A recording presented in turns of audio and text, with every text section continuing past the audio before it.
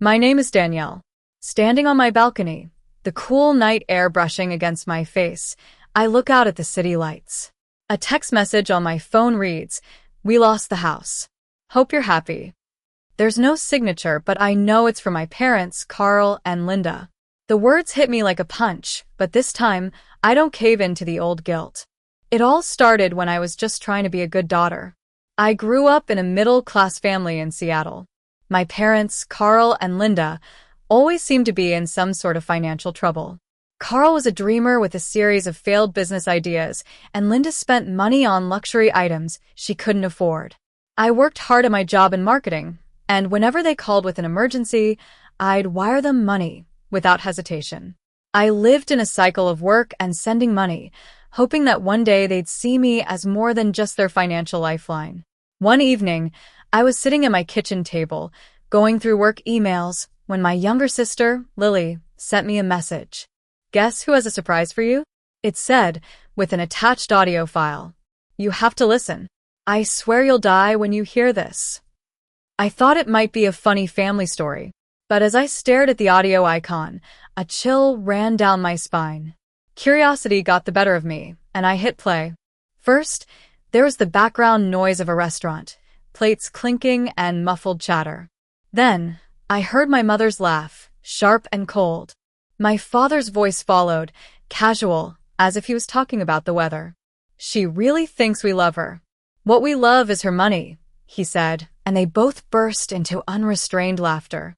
I froze. The room spun around me, and my heart pounded so hard I thought it would break out of my chest. I was the one who had been paying their bills, covering their debts for years. "We're so proud of you" suddenly took on a sickening new meaning.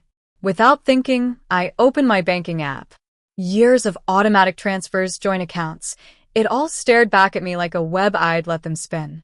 I started severing those financial ties, canceling transfers and closing joint accounts. Then I went back to Lily's message and typed, "So, do I?" I hit send, not asking questions or looking for excuses. In that moment, I knew I was done paying for their conditional love. The next morning, the world outside my window looked the same, but inside, everything had changed. My phone buzzed non-stop. Missed calls and messages from home piled up. The transfer didn't go through. Did you change something? Our mortgage payment bounced. What are you doing? And then the guilt. After everything we've done for you, this is how you repay us? A familiar voice in my head whispered, "They're your parents." Maybe it was just a bad joke. But another, stronger voice replied, "You heard them. You can't unhear it." Il chose silence.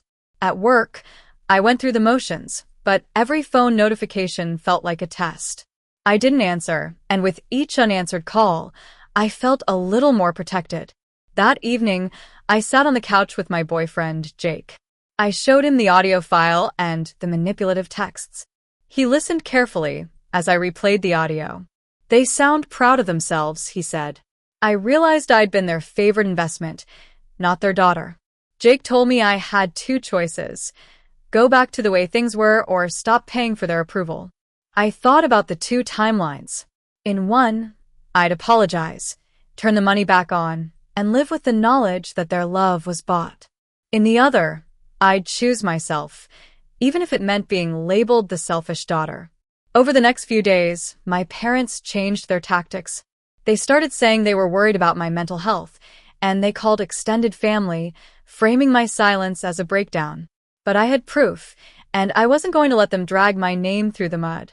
One Tuesday at the office, in the middle of a meeting, my assistant told me my parents were here. I was shocked because I'd never given them my exact work address. Most likely, Lily had helped them. I led them into an empty meeting room. Carl demanded, "We need to talk." Linda snapped, "Why have you been ignoring us? Our mortgage bounced, and our credit cards are maxed."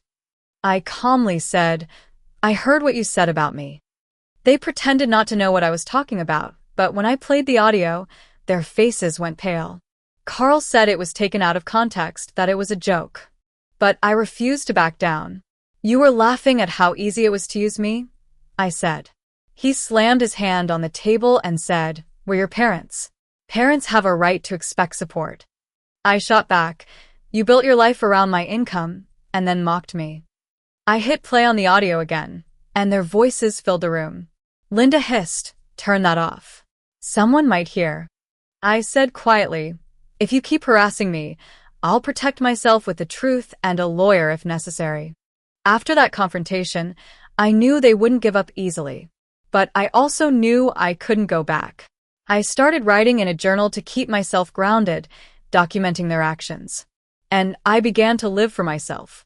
I signed up for a photography class, something I'd always wanted to do, but had put off for their sake. I reconnected with a neighbor, Mia, and we had long conversations about setting boundaries. My parents continued to spread rumors about me. They told people I was under Jake's influence and that I'd become cold and distant. But I knew I wasn't the villain. I was just the one who refused to keep funding their denial. One day, an old family friend called to tell me my parents were struggling. They were saying I'd abandoned them. That was the last straw. I wrote them a letter. The first draft was full of anger, but I rewrote it to be calm and honest. I told them how their words had shattered my reality and that our relationship had been a transaction. I set clear boundaries: no more money, no more gossip. A few days later, they asked to meet at a cafe. When I arrived, they looked desperate. Carl said they'd read my letter and that I'd been hurt by what I'd heard. Linda said it was a bad joke due to stress. But I wasn't going to be fooled again. Carl then played his trump card. "We've been talking to a lawyer about our state. If you keep pushing us away, you won't be in our plans." I almost laughed. "You've treated me like an ATM, and now you're using future money as a leash. Keep the house. I don't want to build my life around waiting for you to die," I said. They were shocked, and I could see the fear in their eyes. I stood up and said, "If you ever want to talk without manipulation, money, or threats, you know how to reach me. Until then, I'm done." As months passed, I heard that they were in financial trouble. They'd tried to refinance their home and failed, and they'd sold their second car. Meanwhile, my life was getting better. I was saving money, taking more classes, and spending time with friends who truly cared about me. One night, that text about the lost house came. I stared at it for a long time, but I didn't reply. I turned my phone face down and stepped out onto the balcony. The city lights were beautiful, and I realized I'd finally chosen myself. I'm allowed to define family on my own terms, and I've found a new family in the people who love me unconditionally.